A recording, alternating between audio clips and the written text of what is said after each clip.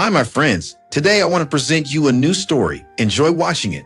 I had always known my place in the family. Shirley was the golden child, the delicate flower who needed to be nurtured, protected, and adored.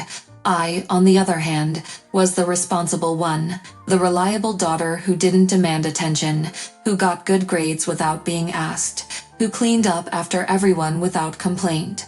It had been that way since we were children. If Shirley broke a glass, I was scolded for not watching her. If she failed an exam, I was questioned about why I hadn't helped her study. If she threw a tantrum, my mother would sigh and say, "Letitia, just let her have it. You know how sensitive Shirley is." And so, I learned to endure, to accept my role as the forgotten one. But endurance has its limits. A few days ago, I had landed my dream job, an executive position at a prestigious publishing house. It was everything I had worked for, the culmination of years of late-night studying, unpaid internships, and countless sacrifices. Yet, when I shared the news with my parents, their reaction was not pride. It was disappointment. "You'll have to turn it down," my mother said over dinner 2 days ago, her tone as casual as if she were reminding me to pick up milk from the store. "Shirley needs you." I set down my fork. "What?" My father barely looked up from his plate. "Your sister is going through a rough time. She quit her job last month, and she's in a difficult situation. She needs support." I let out a slow breath. "And what does that have to do with me?" My mother's eyes narrowed, as if I had asked something outrageous. "She's your sister, Letitia. She needs help getting back on her feet." "Then help her," I said evenly. "She needs more than that," my father interjected. "She's struggling emotionally, and we think it would be best if you moved back home for a while. Help her sort things out." The words hit me like a slap. They wanted me to abandon my future, something I had worked so hard for, just so Shirley could be coddled once again. I forced a laugh. "You can't be serious." My mother sighed, placing a hand on her chest, as though she were the one suffering. "You're being selfish, Letitia. This is family." "No, this is favoritism," I shot back, my voice rising. I pushed back my chair and stood. The silence that followed was suffocating. My mother's lips trembled, and my father's face darkened. But I didn't care. For the first time in my life, I wasn't going to let them guilt me into submission. I grabbed my coat and walked out the door. The call came just as I was leaving work. My mother's voice was clipped, carrying that familiar edge of expectation. "Letitia, we need to talk. Come home this evening." I sighed, already knowing where this was headed. Ever since Shirley had spiraled into another disaster, quitting her job, maxing out credit cards, and now facing eviction, our parents had been trying to drag me into their latest rescue mission, but I had no intention of being the sacrificial lamb. That evening, I walked into my parents' house, the air thick with tension. My father sat with arms crossed, and my mother paced restlessly. Shirley, the center of attention as always, lounged on the couch, looking bored, as if this intervention was nothing more than an inconvenience. My mother got straight to the point. "You need to help your sister." "Help how?" I crossed my arms. "I already gave her money last time." "She needs more than money, Letitia." My father's voice was stern. "She needs a place to stay. She needs guidance. She needs you." I let out a hollow laugh. "You mean she needs me to fix the mess she created?" Again. "You have a stable job," my mother pressed. "You can take some time off." My fingers curled into fists. "I just got my dream job, Mom. I won't throw it away because Shirley refuses to act like an adult." Shirley scoffed. "Oh, get over yourself, Letitia. You've always acted like some kind of martyr. You're not better than me."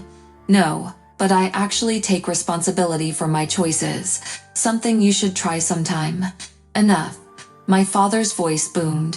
"This isn't up for debate. You will do what needs to be done." I stood, heart pounding. "No, I won't. I've sacrificed enough for this family. Shirley needs to deal with her own mess. I am not ruining my future for her.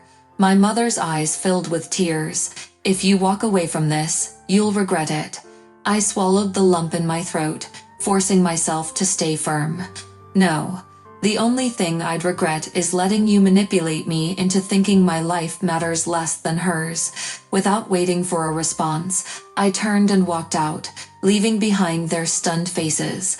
This time, I wouldn't let guilt hold me back. Shirley's problems were no longer mine to fix. Thanksgiving came and my parents called me for dinner. The scent of roasted turkey and cinnamon filled the dining room, but the tension was thick enough to slice with a carving knife. I sat at the far end of the table, watching my parents dote on Shirley, who giggled as Mom heaped an extra serving of stuffing onto her plate. It was always the same. Shirley, the adored golden child, and me, the afterthought.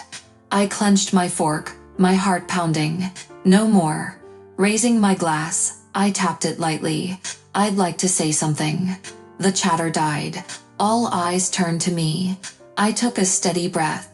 For years, I've watched this family pour everything into Shirley while I was expected to fend for myself. I was the reliable one, the responsible one, but never the loved one. Dad scowled. Letitia, this isn't the time. Isn't it? I set my glass down firmly. You demanded I give up my job for Shirley. When I refused, I became the villain. But tell me, when has she ever taken responsibility for her own choices? Shirley scoffed. Oh, here we go. The martyr act. I turned to her, my voice steady. No, Shirley, it's the truth. You made mistakes, and instead of facing them, you expect me to fix your life. Mom slammed her hand on the table. Enough. We are a family. I stood, pulse steady. A family? No. A family values all its members. This is a stage where only Shirley shines. Silence. Even Shirley looked stunned. I inhaled deeply, feeling lighter than I had in years. I won't play this role anymore.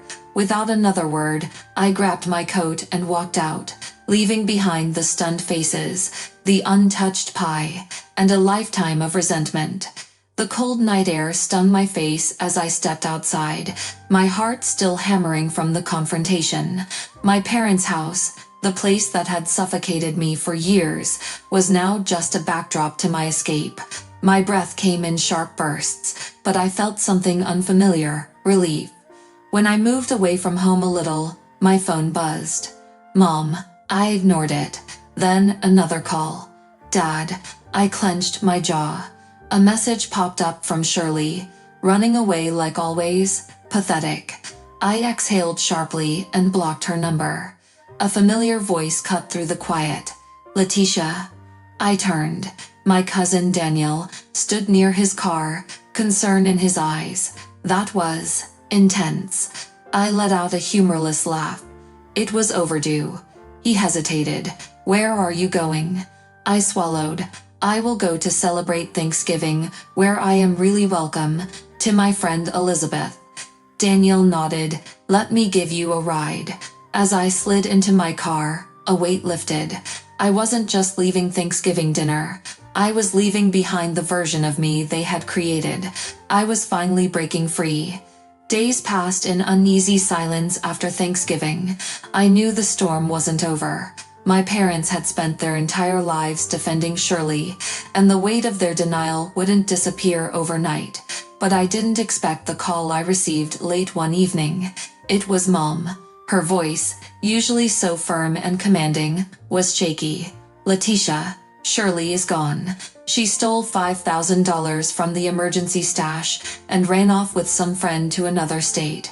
We have nothing left. For a moment, I just stared at the wall. I should have been shocked, but I wasn't. This was exactly where their endless indulgence had led. Then, in the background, I heard Dad yelling, "That ungrateful brat. We gave her everything. Everything." A crash followed, a plate or a glass shattering against the floor. Mom gasped, "George, stop it. This isn't helping." I imagined the scene. Dad pacing in rage, finally realizing the daughter he had worshipped had betrayed him. Mom, torn between anger and grief, struggling to process the truth she had ignored for years. I exhaled. I'm sorry, Mom. I really am. But what did you expect? My voice was calm, steady. You never made her face consequences. Now she's doing what she always did, taking. A sob broke from her lips. We should have listened to you. A lifetime of bitterness welled up in me, but I swallowed it down. It wasn't worth it. The past couldn't be changed, but my future could. I glanced around my apartment, the life I had built for myself, free from their expectations. A warm sense of peace settled in me. I had spent years waiting for them to see the truth. Now that they did, I realized something shocking. I didn't need their validation anymore. I hope you'll be okay, I said softly, but I can't fix this for you. As I hung up, a strange feeling washed over me. Not sadness, not regret. Relief. For the first time in my life, I was truly free. Friends, what do you think of this story? Write your opinion in the comments. Would you like more stories? Don't forget to subscribe and hit the bell button so you don't miss any videos. See you tomorrow.